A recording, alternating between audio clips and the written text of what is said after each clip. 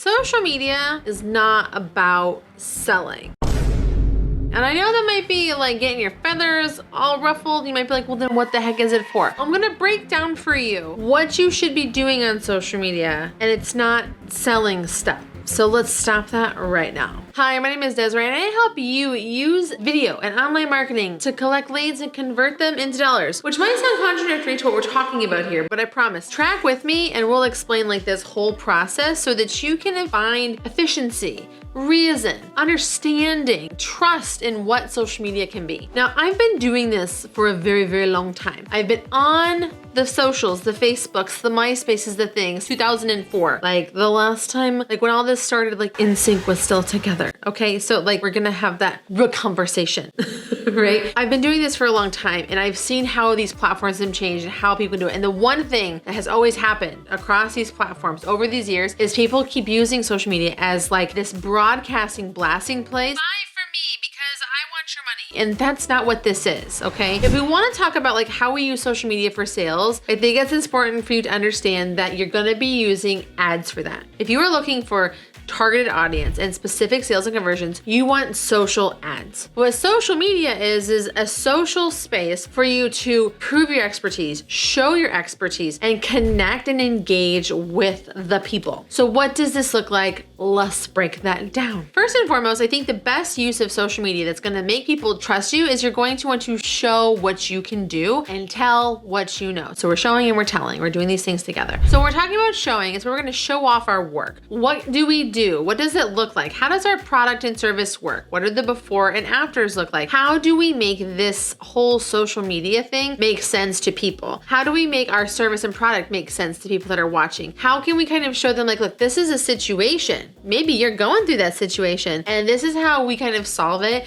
and we guide them through. We let our proof in the pudding do its job, if you will. We want to make sure that what we're doing is building trust through our expertise and our results. So you want to make sure that when you're creating content that can quote unquote sell, it's going to be through, let me educate you about like what it is that I do, how it works, what this looks like, so that you can like trust the process. Me telling you, hey, I'm great at social media, you should let me do it and you should pay me lots of money for it, isn't going to do that. I'm proving to you that I know how to do it because I have hundreds of videos here on my YouTube channel talking about how this works. I have case studies, I have 5-star reviews, I have all of these things that show that like we know what we're doing at All in One Social Media so that you want to do business with me. And we do that for our customers as well. We show off what they can do. We educate and share. We make sure that people understand what's going on. So let me give you an example. I have a customer here at All in Social Media called A New Damage Restoration. What they do is if like you have cracks in your foundation, like your basement, like your outer walls, and like there's leaking that's happening that's causing mold and foundation issues, they're the company that you call to get these things fixed. And we have this great video where they are talking about, is it okay to just wipe away mold? And the answer is no, because when you just wipe away mold, like you're missing the bigger issue, which is it could be seeping into the drywall and it can be showing up behind you. As you can see, like he's pulling back the wall and showing all of the mold that is happening on the inside. So like that is what he's saying is like, this is a question we've been asked. This is why it doesn't work this way. And this is what we can do to help you fix it. Cause like we are mold specialists. We help fix this problem. So you wanna make sure that you are educating and showing people what you do without saying, come buy from me at the same time. Now, case studies are a great way for you to like take that information, like this is what we've done for people and convert them into a thing that's like, hey, I mean, we solved this problem for them. Why don't you do this for them as well? So for example, a company that we've worked with in the past called Smart Apartment Solutions. Now, the thing about them is that they're always trying to stay cutting edge and ahead of the curve when it comes to things with marketing. And one of the ongoing issues that they were facing is that they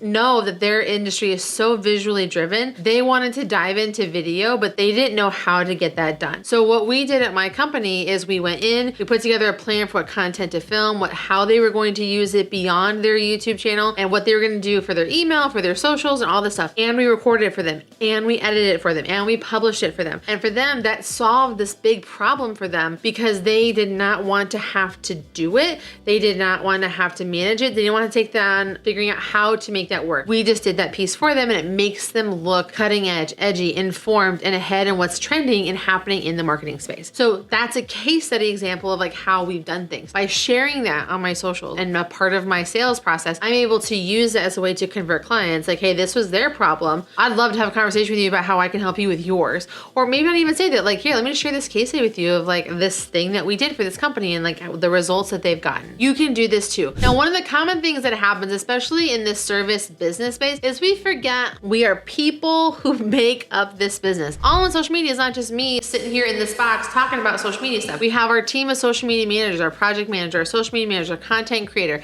We also have services that we work with that help make things happen, like our video editors, our thumbnail creators. We have the VA, we have the lawyer. Like, there are all these people that make this operation happen. And you have people at your company that help make things happen for you too. And you also have people that like support you and you don't want to talk about, like maybe you want to talk about your family, your Christmas holiday traditions, or the support system that you have, or the mentoring that you do. By showing the actual physical people, even if it's like rough, bad, like old school styles of photos, that kind of content is so much more connecting for your viewers than trying to just like create, like use this curated stock photo situation to make things happen. Whenever you have the chance to use actual photos of people like doing their actual job, even if it's kind of rough, it will always outperform the content that doesn't. Like the example I have on screen, this is one of the customers that we work with that's a real estate company, and they post this picture of just the realtor and his wife outside of a home, and they talked about like what they were doing in the post. It was very simple, and it got a lot more engagement on their content than like just a post about like a house that they have for sale. By using the content to people rather than like this curated situation, it's going to connect with people more than trying to create some false image that isn't actually real. Remember, people are people and they want to do business with people.